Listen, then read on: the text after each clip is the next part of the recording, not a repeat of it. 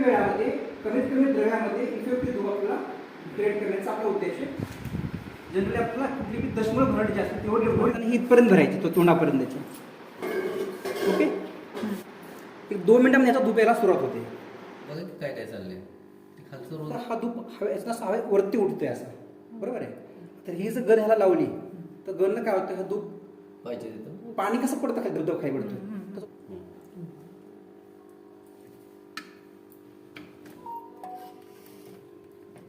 आणि आपला कुठल्याही इन्फेक्टेड एरियामधला जो सरफेस एरिया जेवढा कार्बन डायऑक्साईड कव्हर होईल तो पण तिथं ऑक्सिजन सप्लाय जाणार नाही.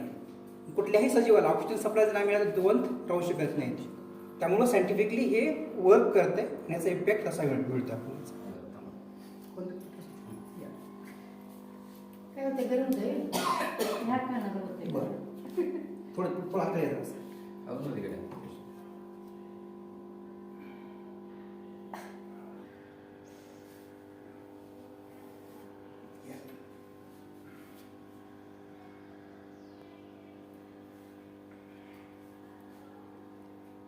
एवढा इफेक्टिव्ह धूपन आपल्याला करता आलं पाहिजे.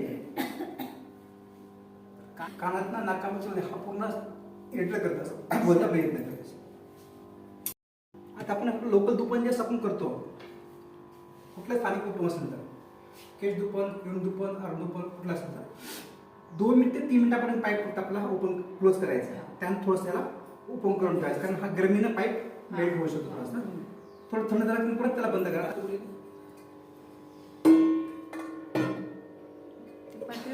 आणि काय राहत नाही. पण याच्यामध्ये काय होईल, हा पूर्ण एरिया बघा असला पूर्ण 2000 भरत चाललंय सगळं ते. भरलं की पातेलं ऐक नाही मॅजिक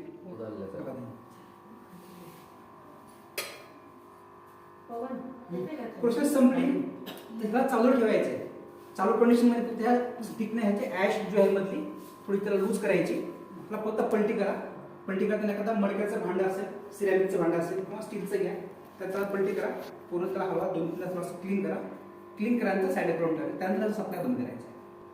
सप्लाय बंद असताना त्याला क्लीन करायचं नाही किंवा यूज केलं असंच काम झालं म्हणून ठेवायचं नाही. पलटी करायची आपल्याला एकदा आणि 2दा. बस आता सप्लायचा बंद करायचा.